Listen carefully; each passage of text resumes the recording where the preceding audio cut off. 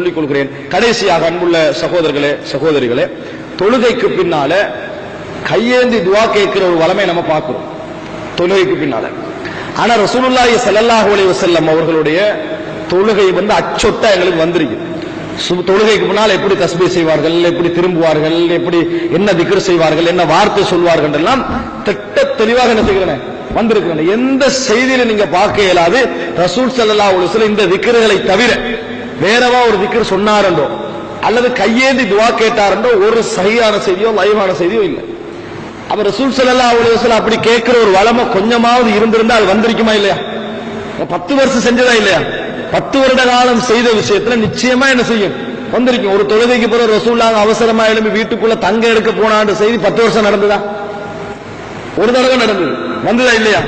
ஹுதைபியால சுபஹ் தொழுகைக்கு பின்னால் ரசூலுல்லாஹ் எப்படி நடந்தாங்கன்ற செய்தி பல தடவை நடந்ததா? ஒரு தடவை நடந்தது, வந்ததா இல்லையா?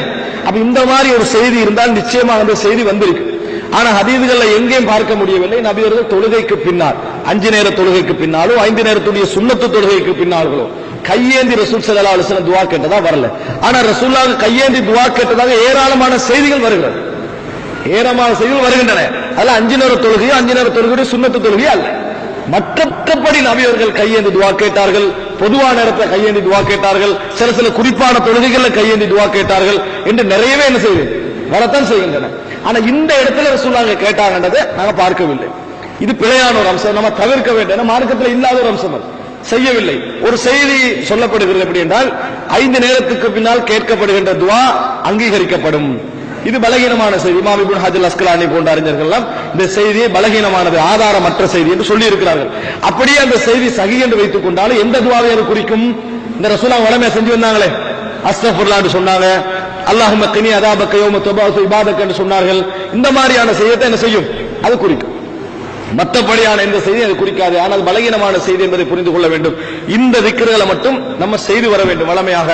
அதுல எது வளமையோ அதை வளமையா செஞ்சுட்டு வரணும். எது நம்ம திருப்பி ஒவ்வொரு இடத்துல சொல்லலாமா அப்படி சொல்லலாம். எல்லா திக்ரையும் ஒரே மஜ்லிஸ்ல சொல்லணும் அவசியமும் கிடையாது என்பதை புரிந்து கொள்ள வேண்டும். அப்படியே நம்ம கையேந்தி துஆ கேட்க ஆசைப்படுறோமா, அழகா உதுவிடுங்க, 2 ரக்காத் தொழுங்க, கையேந்தி துஆ கேளுங்க. அப்ப நல்ல இஹ்லாஸாக இருக்கும். உண்மையில இறைவனுடைய கேட்கிற உணர்வோடு என்ன செய்யும் நம்ம கேட்போம். இது தொழுக முடிஞ்சிட்டு நம்ம அந்த அவசரமா கேட்டுட்டு அவசரமா போறோம் இருக்குது, அது ஒரு இஹ்லாஸும் அதுல ஒரு வேண்டுதலும் என்னது இல்லை, ஒரு கெஞ்சுதல் அதுல இல்லை.